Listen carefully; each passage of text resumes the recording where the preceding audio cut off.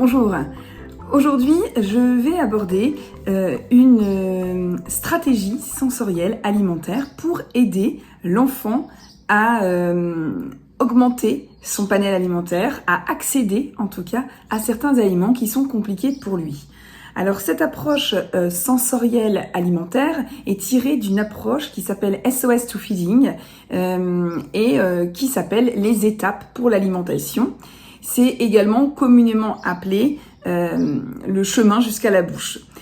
Donc, il a été effectivement montré qu'avant de pouvoir manger un aliment, eh bien, il y a plusieurs étapes en amont qu'il est nécessaire de vivre sensoriellement pour que ce soit OK dans la bouche et que je puisse le manger, l'avaler. Alors, il y a donc 6 étapes avant de pouvoir accéder à l'étape du manger, et on pourrait imaginer eh bien, que ces étapes sont présentées un peu comme un escalier. La première étape, c'est le tolérer, c'est pouvoir tolérer l'aliment devant moi, dans la pièce ou un peu plus près de moi. La deuxième étape, eh bien, c'est interagir, c'est-à-dire pouvoir interagir avec l'aliment par le biais d'un outil, par exemple, d'une cuillère. Je peux mélanger, je peux écraser avec une fourchette, je peux couper avec un couteau. J'ai un outil et je peux interagir avec l'aliment sans forcément le toucher. La troisième étape est l'étape de sentir. Sentir l'aliment, est-ce que je le sens parce qu'il est près de moi et c'est OK? Est-ce que je le sens et je m'approche de lui pour le sentir et sensoriellement pour m'habituer à cette odeur? L'étape juste après, c'est le toucher, c'est pouvoir toucher l'aliment avec les doigts, avec les mains. Et dans l'approche SOS to Feeding, il est aussi toucher la joue, toucher le menton par exemple. Voilà, toucher, vraiment approcher progressivement la bouche. Et l'étape d'après, ce sera le goûter.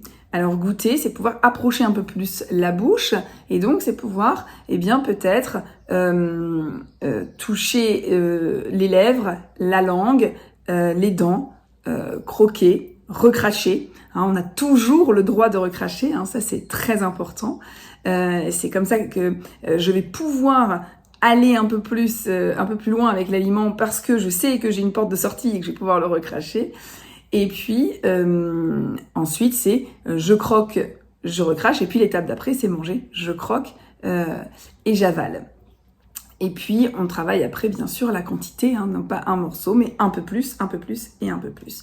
Et voilà, et donc en fait, dans cette approche, là que je vous décris très rapidement, évidemment, il y a des sous-étapes sur chaque étape que je viens de vous donner. Sur cet escalier, il y a à chaque fois des sous-étapes à développer. Et donc, des programmes d'intervention peuvent être proposés avec un orthophoniste par exemple, si l'enfant a des difficultés alimentaires, l'orthophoniste, en fonction de son bilan et des compétences de l'enfant, va pouvoir vous proposer cette approche sensorielle alimentaire et évaluer l'enfant où il en est sur ses étapes pour l'alimentation avec des aliments qui vont être prédéfinis avec la famille.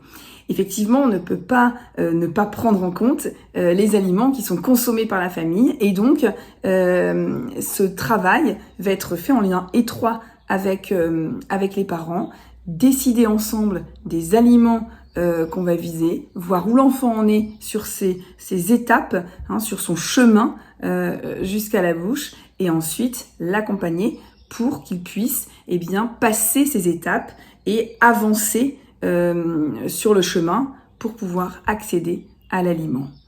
Voilà, n'hésitez pas à contacter un professionnel, un orthophoniste qui pourra vous guider si vous vous questionnez sur les difficultés alimentaires de votre enfant.